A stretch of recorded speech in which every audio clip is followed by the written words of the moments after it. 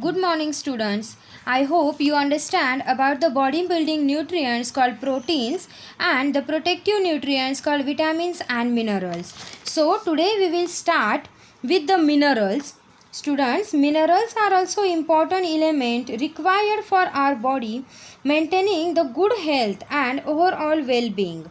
Some important minerals essential for our body are iron, calcium, phosphorus, iodine, sodium, potassium, fluorine and magnesium.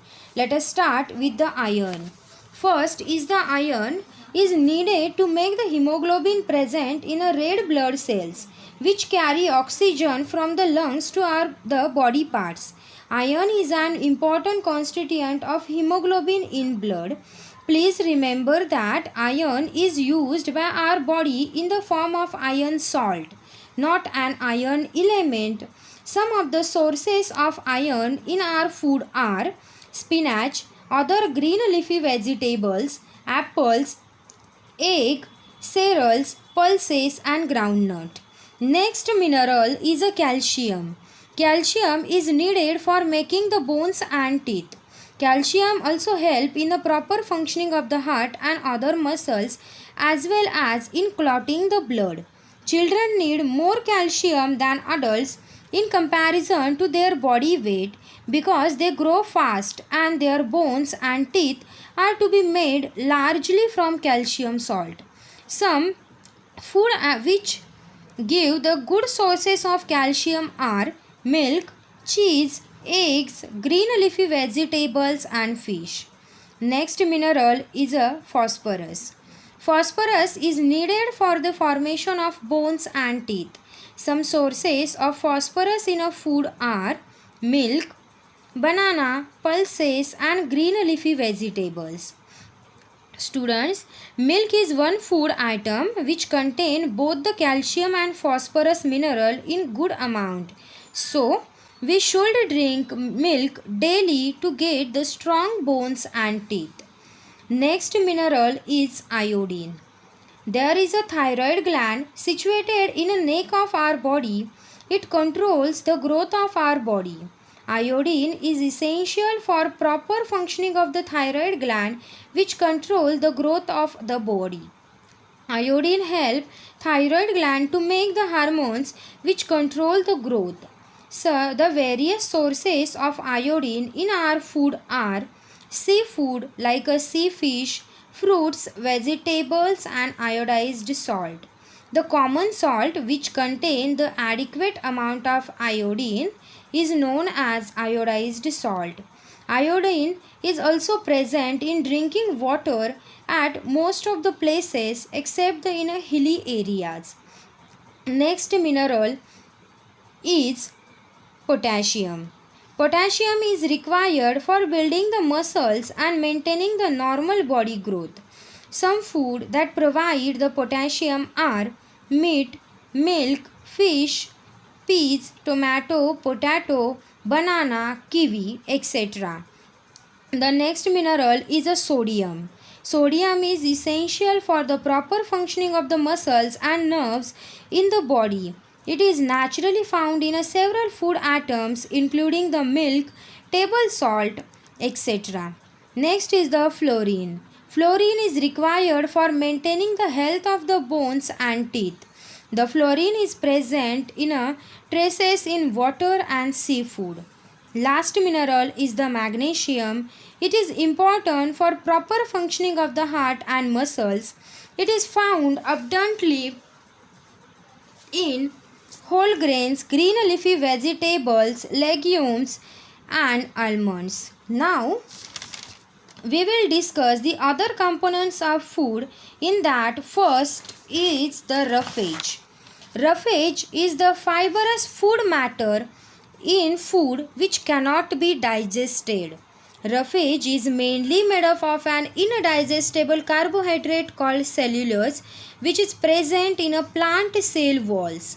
Roughage is also called a dietary fiber. Dietary means which can be eaten. Like water, roughage does not provide any nutrient to our body. It has no any food value, but its presence is essential or important in our food. Roughage provide bulk to food, keep the food and waste matter moving along the intestine and help to prevent the constipation. Roughage is provided mainly by the plant product which we include in our food. Some examples are fruits, vegetables, wholemeal flour products such as the chapati and bread. The next point is the water is an indispensable part of our diet.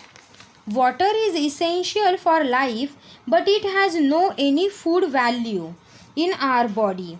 A person can live without food for several weeks but would die in a few days without water. Water provides a liquid in which other substances can dissolve and move within a body or eliminated from the body. Water is important for us for the several reasons. First, it helps our body in absorbing the nutrients. Second, it helps in transporting the substance inside our body. Number 3, it helps in the removal of waste from our body in the form of urine.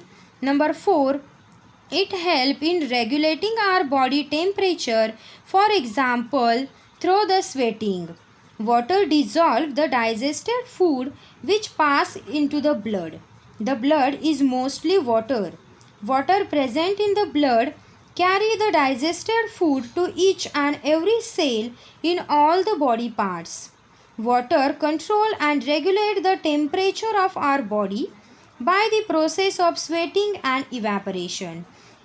Students, our body need about 2 to 3 liters of water every day. We get most of water that our body needs by drinking the water, milk, tea, coffee and juice, etc. Many food material contain some water. The fresh fruits and vegetables also provide a lot of water. Then our next important point is a balanced diet. The food we eat daily is called our diet. The food we eat daily is called our diet, and a diet that contains a proper amount of all nutrients, roughage and water required for good health is called balanced diet. I again repeat the definition.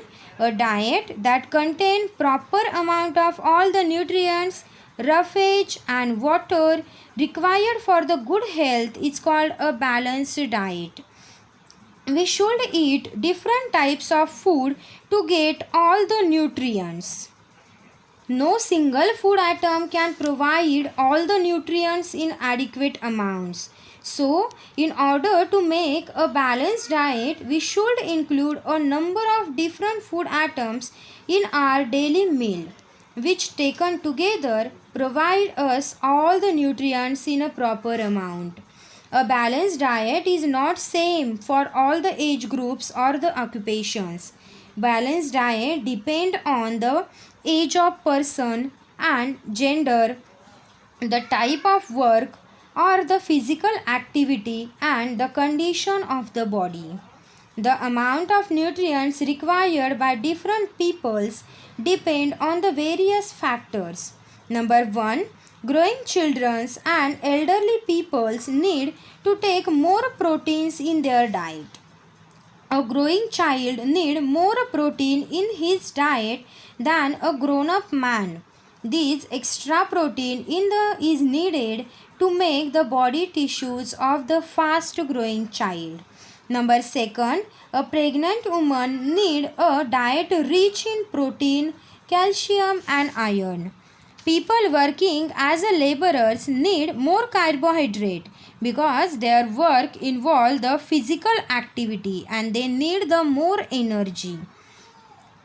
People who are sick are advised Adverts not to consume the too much of fatty food as the fat are difficult to digest.